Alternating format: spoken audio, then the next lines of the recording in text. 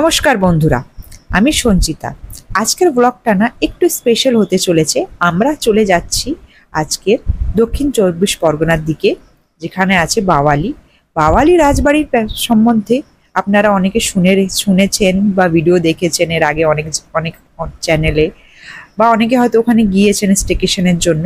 কিন্তু আপনারা কি জানেন এই বাওয়ালিতে রয়েছে আরেকটি চমক, সেটি হচ্ছে গুপ্ত বৃন্দাবন ধাম। এখানে এলেই মনে হয় যেন আমরা সত্যিকারের বৃন্দাবনে চলে এসেছি। তো চলুন আজকের এই যাত্রাটি শুরু করি।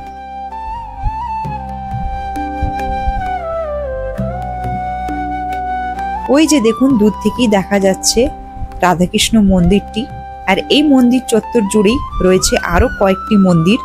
তো সবগুলি আমরা ঘুরে দেখবো আজকের। আর এই মন্দির চত্বরটিকে বলা হয় বৃন্দাবন ধাম বা গুপ্ত বৃন্দাবন ধাম অথবা বাওয়ালি গুপ্ত বৃন্দাবন ধাম। তো এখানে আসার জন্য আপনারা যদি কলকাতা থেকে আসেন তাহলে ডায়মন্ড হারবার রোড ধরে তারাতলা হয়ে বেহালা, তারপরে ঠাকুরপুকুর হয়ে নোডাখালি, তারপরে বাওয়ালি, বা আপনারা চাইলে মেট্রো করে ঠাকুরপুকুর পর্যন্ত এসে তারপরে ওখান থেকে লোকাল ট্রান্সপোর্ট করে নোডাখালি হয়ে বাওয়ালি আসতে পারেন। আছি রাজবাড়ি বাওয়ালিতে, আর রাজবাড়ি বাওয়ালির ঠিক অপোজিটেই আছে গুপ্ত বৃন্দাবন ধাম। এই ধামের প্রতিষ্ঠা করেন শ্রদ্ধেয় গুপ্তাজি মহারাজ, যিনি ছিলেন এক মহান ভক্ত। তার ইচ্ছে ছিল এমন একটা ধাম তৈরি করা যেখানে লোকেরা ভগবান রাধাকৃষ্ণের ভক্তিতে মন দিয়ে জীবন কাটাতে পারেন। এই ধামটি তৈরি করা হয় যেন এখানে বৃন্দাবনের মতনই পরিবেশ পাওয়া যায়, গাছগাছালি, শান্তিপূর্ণ পরিবেশ এবং সর্বত্র ভগবানের নাম।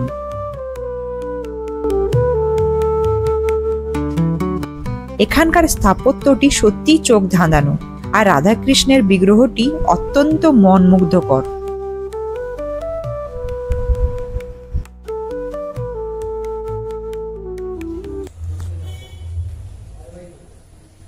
এই মন্দিরের ভিতরে আছে রাধাকৃষ্ণ।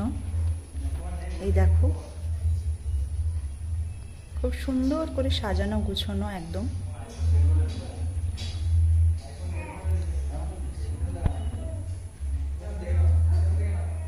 এই মন্দিরটি অনেক পুরনো মন্দির।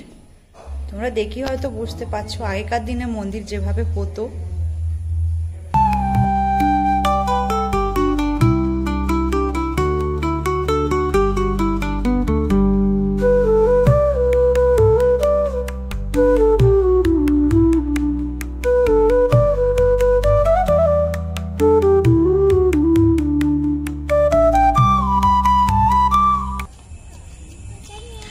আচ্ছা, এই পুরো চত্বর জুড়ে না কাছাকাছি দেখো, এই যে একটা মন্দির যেটা প্রথমে তোমাদের দেখালাম, দিয়ে এই দরজার দিয়ে বেরিয়ে আবার এইদিকে একটা মন্দির, একটা নয় দুটো জোড়া মন্দির দেখতে পাচ্ছি। আর ঠিক সামনেই এই মন্দিরটি, যেটা রাস্তা থেকে দেখা যাচ্ছিল যখন আমরা আসছিলাম, এটি রাস্তা থেকে দেখা যায়। মানে পুরো এই এলাকা চত্বর জুড়ে এটাই হচ্ছে বাওয়ালি গুপ্ত বৃন্দাবন ধাম।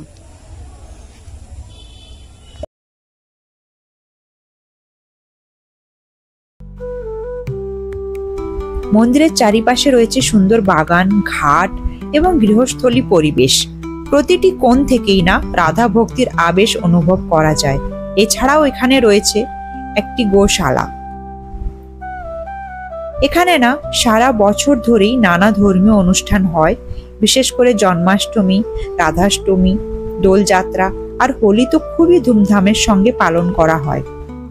সেই সময় তো ধাম ভক্তে ভরে ওঠে, কীর্তন চলে দিনরাত, আর সবকিছুতেই আনন্দের রং ছড়িয়ে পড়ে। আর এখানকার পরিবেশ হয়ে ওঠে একেবারে সত্যিকারের বৃন্দাবনের মতন।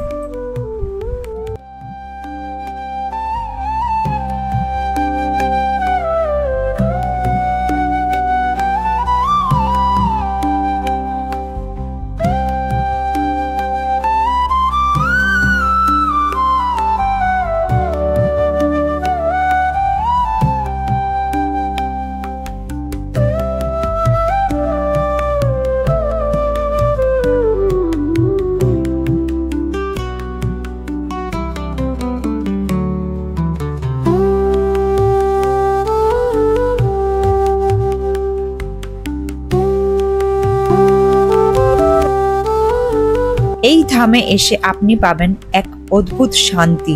চারিদিকে শুধু পাখির ডাক, হাওয়ার শব্দ আর কীর্তনের সুর। এখানে আপনি ধ্যানও করতে পারেন, ভগবানের নাম করতে পারেন, অথবা শুধু বসে থেকেও প্রকৃতির সৌন্দর্য উপভোগ করতে পারেন। ছোট থেকে বড় সবাই এই ধামে এসে একবার হলেও অন্তত শান্তির স্বাদ নিয়ে যান। তো এখন আমরা এখানে এসে যেটা দেখতে পাচ্ছি, এই পুরী ধামটি না এখন মেরামতের কাজ চলছে, মানে এটাকে আবার রিনোভেট করা হচ্ছে সুন্দর করে। আশা করি আগামীকাল আরো সুন্দর হয়ে উঠবে এই ধামটি। একটা আঁশ ফলের গাছ, এইভাবে নেট দিয়ে পুরো মুড়ে দিয়েছে গাছটাকে। এই গাছটি না পুরো ফলে ভর্তি। তো যেমন কি তোমাদেরকে বলছিলাম, এখানে এলেই না তোমরা নানান ধরনের ফল ফুলের গাছ দেখতে পাবে। তারই সাথে এই মন্দিরটি তো দেখতেই পাবে, আর এর সাথে সাথে প্রকৃতিরও স্বাদ নিতে পারবে। তো শহরের কোলাহল থেকে দূর প্রকৃতির মাঝে একদিনের জন্য হলেও তোমরা একবার হলেও অন্তত এই জায়গাটি একবার ঘুরে দেখে যেতে পারো। আর তার সাথেই এই রাজবাড়ি তো আছেই, দ্য রাজবাড়ি বাওয়ালি। তো এখানে আসার জন্য না, এই বাওয়ালি রাজবাড়িতে আসার জন্য অগ্রিম বুকিং করতে হয়। সেটা অনলাইনে হয় এদের ওয়েবসাইটে। তো সেখানে অগ্রিম বুকিং করে তোমরা এখানে আসতে পারো। তো আজকের আমাদের কোনো প্ল্যান নেই এই রাজবাড়িতে যাওয়ার। আমরা শুধুমাত্র এই মন্দিরটি দর্শন করতে এসেছিলাম। এবার আমরা এখান থেকে ফিরে যাব। যাওয়ার আগে শুধু একবার তোমাদেরকে এই পুরো এরিয়াটা তোমাদেরকে দেখিয়ে দিলাম ঘুরে। তো বন্ধুরা, কেমন লাগলো আজকের আমাদের এই ভক্তিময় সফর?